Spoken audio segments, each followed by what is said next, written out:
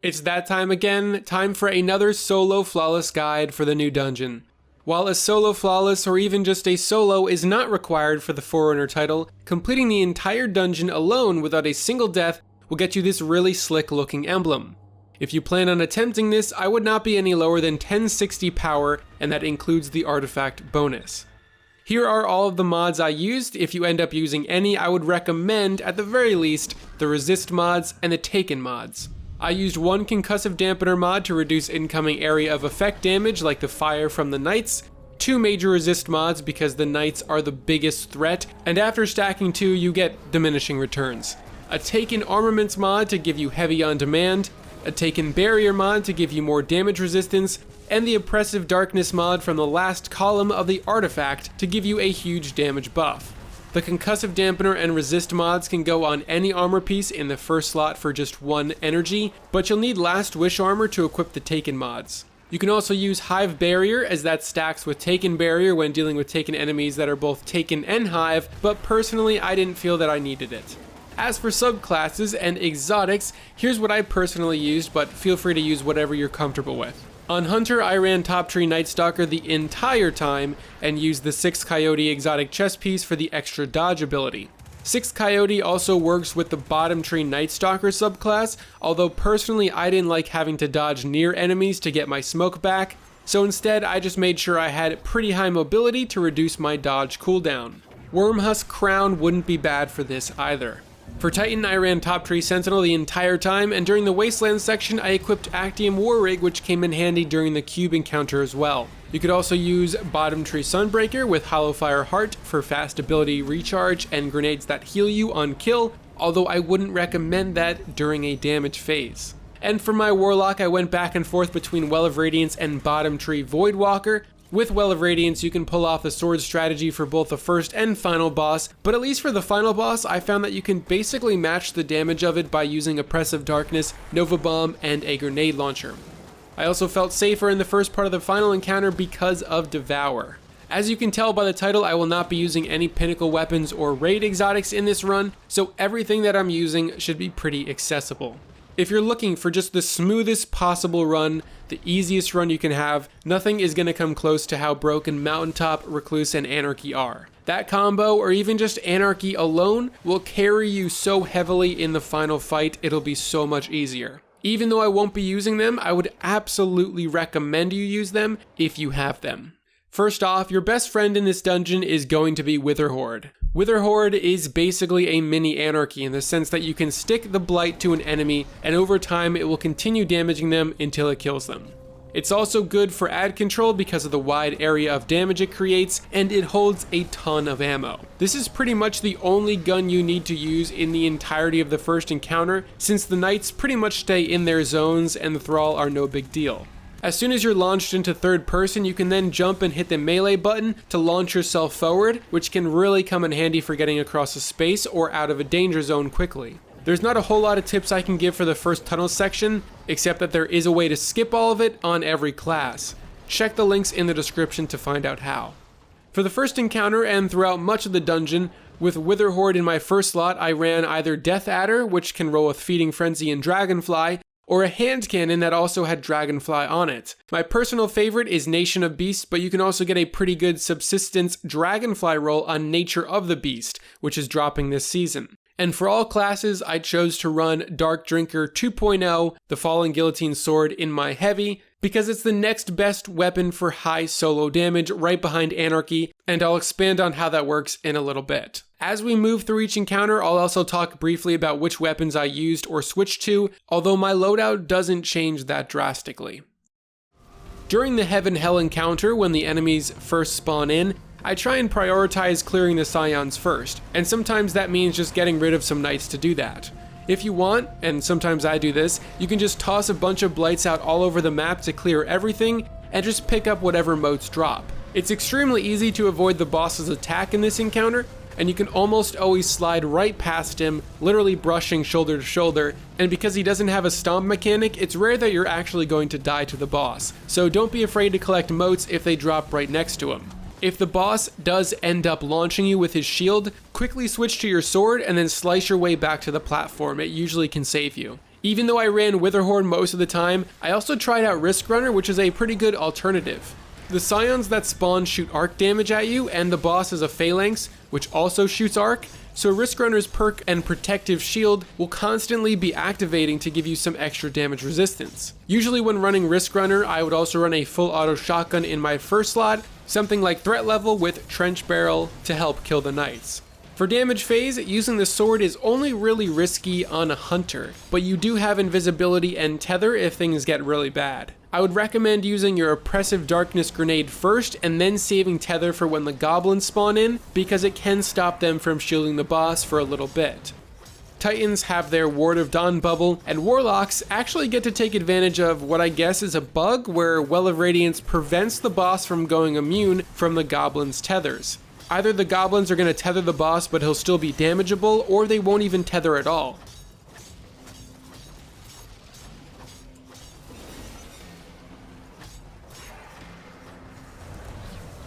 Upon starting damage, I found it most efficient to throw down my grenade and then immediately use a heavy attack, because it's going to be recharged by the time it takes me to reach 5 stacks of Whirlwind. Then I just gotta wait for my heavy attack to be recharged, use a heavy, and then keep going back to light attacks, rinse and repeat. The closer you plant your bubble or well to the boss, the better. You basically want it directly on top of him. Doing this constant damage should kind of lock him in place, and he shouldn't really be able to get too far out of your well or bubble. I was able to solo one phase the boss on both Titan and Warlock, but it seems like it's going to take 2 if you're using the sword on a Hunter. For the Wasteland section, I chose to rock my Swashbuckler Whispering Slab Bow, the Death Adder SMG, and the Xenophage Exotic Machine Gun. On Titan, I equipped the Exotic Chest Piece Actium War Rig so that I never had to reload my machine gun, and it's very, very helpful to have in the next encounter as well. Your loadout is pretty flexible here, and you could use really anything, any primary or even any LMG if you wanted, but I would definitely recommend using Xeno because of how quickly it can take out the Blights and the elite enemies. With Taken armaments, you can pretty much use Xenophage the entire time. The biggest threat in this encounter for me were the big invisible Taken Minotaurs. They can catch you off guard pretty easily, so you'll want to make sure wherever you decide to set up camp is far enough away from each Minotaur so they can't sneak up on you. As soon as I approach a new location, the very first thing I do is try and take out all of the snipers. A cool trick you can use in this encounter is standing on top of the Taken Blights. This will make you immune from damage from the outside, but also allow you to shoot enemies below you, and if you jump, outside as well. This can be good for taking out the snipers without getting hit by their attacks or being swarmed by Thrall, but you won't be able to kill everything from up here. To progress to a new location, you also don't have to kill all the Thrall. You just have to kill all the Blights and probably all of the elite enemies. Now we come to the cube section where things start to get a little scary. I stuck with the same loadout here as I did in the Wasteland section, my bow, SMG, and Xenophage, but honestly I don't even think I used my SMG once. It would probably be a good idea to replace that with a more useful weapon like a sniper or even a fusion rifle, since I wasn't already using a special weapon. If you don't have Xenophage, well, first go get it, and second, you could replace it with any LMG like Hammerhead, 21% Delirium, etc., and just use Witherhorde or a sniper. Just remember though that you need a decent amount of range to clear all of the enemies in this encounter.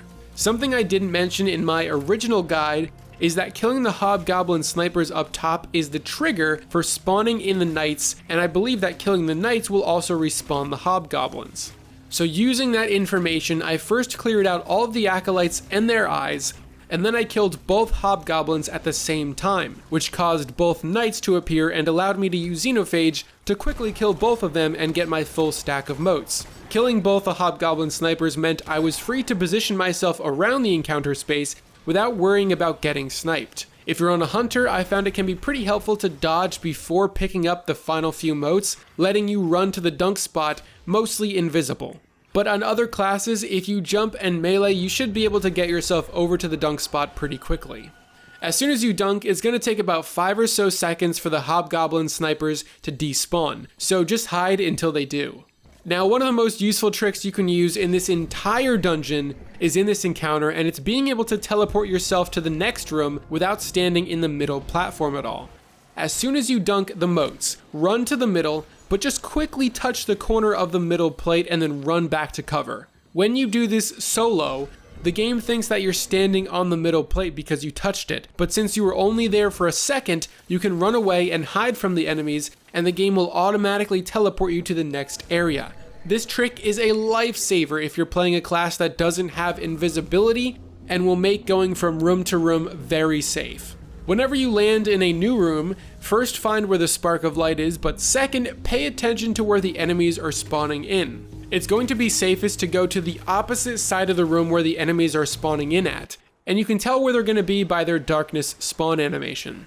Once you're on the opposite side of the room, just make sure you're in cover and can't be hit by any of the hobgoblins. If there's no way to hide and you really have to kill the hobgoblins, that's fine, just be prepared for the knights to come in early. Although I do believe in every single room there is a place to hide from both hobgoblins, it just might take you a little bit to find where that spot is, and sometimes the angle is really bad for shooting the other enemies.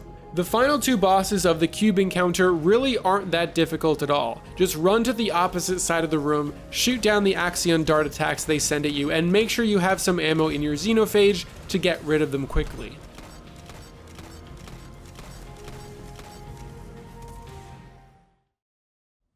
To be honest, there's not much advice I could give for the Sparrow section aside from just take your time and walk the entire thing if you need to. I didn't stop in any of the structures to kill any of the enemies because to me it just feels like stopping to kill them is going to increase your chances of death, so I just ran through each of those pyramid buildings and worried more about the Taken Vandal snipers and the Phalanxes that spawn on the floating platforms.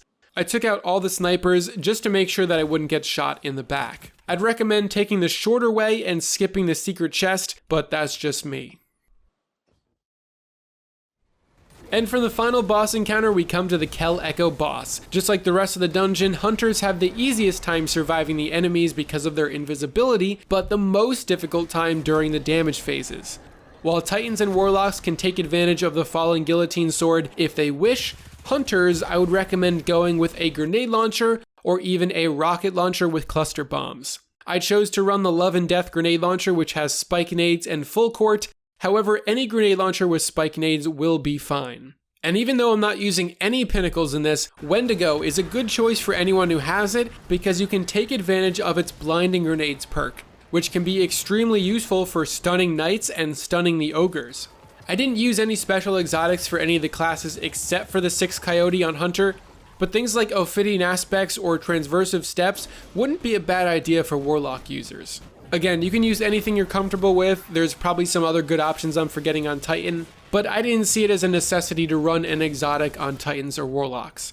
If you're running Witherhoard, as soon as you begin the encounter, I would recommend shooting a Blight at each of the 3 locations that the enemies spawn at. If you're quick enough, you should be able to get most, if not all of the Scions before they spawn in. And using an enhanced grenade launcher loader mod can really help with this.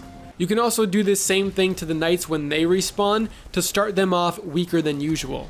Since dunking the moats causes an ogre to spawn, I like to preemptively shoot a blight beneath where the ogre will appear, and then as soon as he does, either stick him with a blight or 2, or if I'm running a sword, just use the heavy attack since it barely uses up any ammo. You can also prepare for the ogres with Anarchy by sticking one on the floor and attaching one to the ogre when it spawns. Just don't be afraid to use your heavy on the ogre since you can always get more if you're running Taken armaments.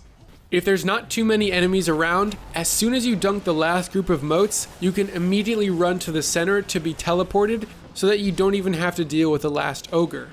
If you're running a sword, you can run to the middle and block while waiting for the teleport so that you don't die. During the boss fight, the main concern of course is the hobgoblins, so you'll want to focus on taking them down pretty quickly unless you're doing the sword in a bubble or well strat. If you plan on using that sword method, here's how I executed it.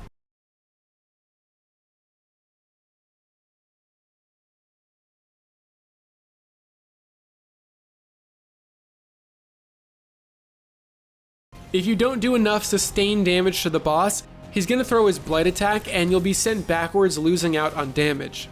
Essentially, you just have to start by hitting the boss with a heavy attack and following up with light attacks until your heavy attack is ready again, just like we did in the first boss fight. If you're not quick enough with chaining heavy and light attacks, the boss is going to teleport you back. This is difficult to pull off in the beginning because you have to pop your bubble or slam down your well and get enough damage on him all at the same time. Despite getting launched back twice, I still managed to do close to half his health with the bubble by the end of this damage phase. I had a slightly better initial start with the Warlock, but regardless of which super you're actually using, you want to make sure to either melee or sword swipe the boss when he's doing his stomp, because if you try putting down your super as he does the stomp, it's going to launch you backwards and probably kill you. Once you expend all of your heavy ammo or can no longer use your sword, it's up to Witherhoard to do the rest of the damage. It may not look like much in the moment, but constantly sticking the boss or even just getting the boss to stand in your blights will really add up to a decent amount of damage. At the end of my run, I got a little carried away with trying to hit that halfway mark on his health and went for some extra heavy attacks with my sword. I wouldn't recommend doing this unless you're full health and very confident that you can get away without dying. It's a marathon for sure, and unless you can execute everything perfectly every single phase, it's probably going to take you an unfortunate 3 to 4 phases, or maybe more depending on how safe you want to be, so go at a pace that is comfortable with you. I hope these tips are helpful, and if you tried a different method or a different loadout and it worked really well for you, feel free to share it in the comments and maybe it'll help somebody else out. Thank you very much for watching, I hope this helped, and good luck on your solo flawless run.